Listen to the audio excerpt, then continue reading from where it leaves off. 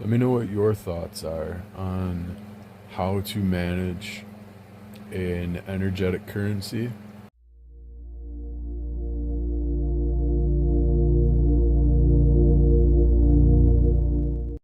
what to call it, with keeping in mind that emotional energy is already called loosh. We have certain names for certain things. Maybe there already is a name for energetic currency. I'm obviously learning all of this stuff, as are we all. These are going to be the concepts of the new earth. So I think moving forward and embracing them so that we can all raise our consciousness, so that we can all start moving to the place where we can get past the itemized stewardship of things, as we know today as ownership.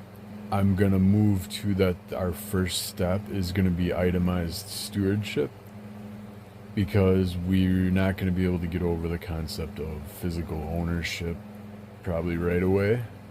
But once we stop having the need to itemize certain things like cars, for the most part clothes will probably be kept itemized for the most part, except maybe not generous offerings, or those sorts of things. But like cars, houses, personal spaces, you want to become the steward of a farm. You go talk to a farm, you talk to the farmer, you say, hey, I'd like to become the steward. What do you think? Would you like to split your stewardship, or give me your stewardship for a while? Maybe you'd like to, maybe the farmer wants to get out of stewardship, so he advertises his stewardship to someone who might be interested in taking on the stewardship of a farm. And then you're, whether you're a vibrational match for that, or what sort of exchange is in accordance with the bonding and the duty that's assigned to it, and all those things that can go into this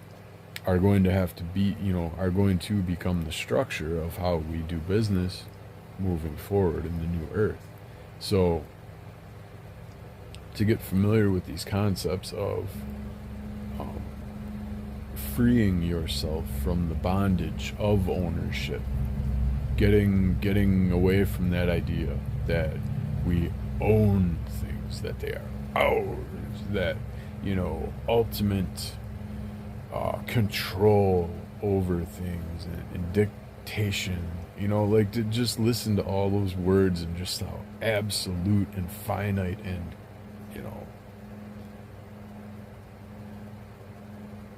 cutting and just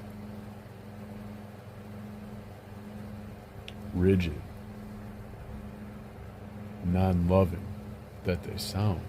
They sound so selfish. They sound so... Maybe I'll just stop there.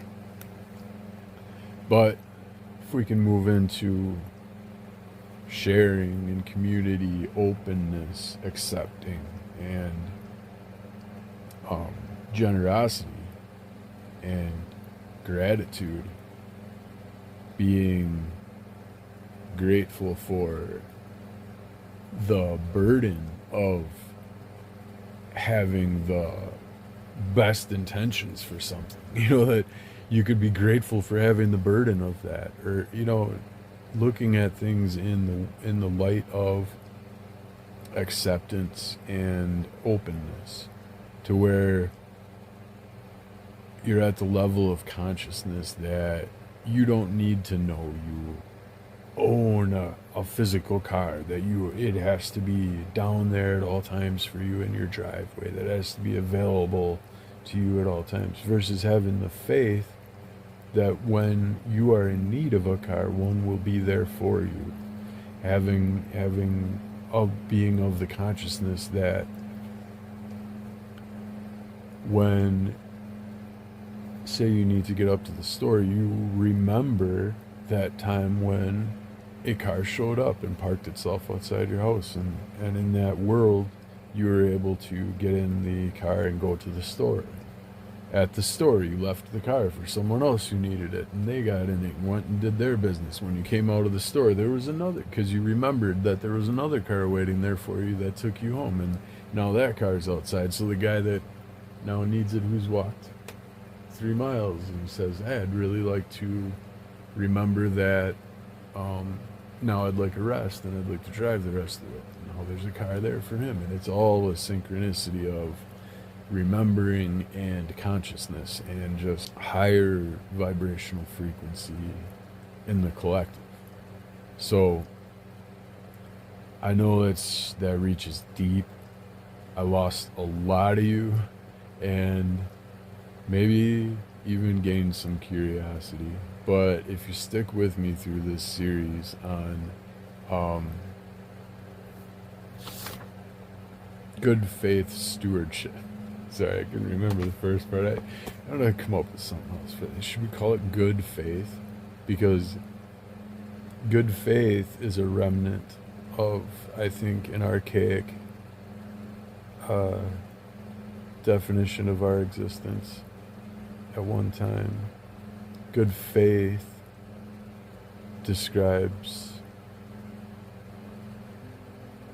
almost describes the potential of doubt. When you say, well, the presence of faith means the absence of doubt, right? So we have that, but good faith means that implies that there could be bad faith. So there needs to be a name change. That's why I forgot it. That's why I had to look. I know it looks bad when I'm sitting there trying to say, so if you keep up with my series on good faith, yeah. So anyway, until next time, never stop spreading your light.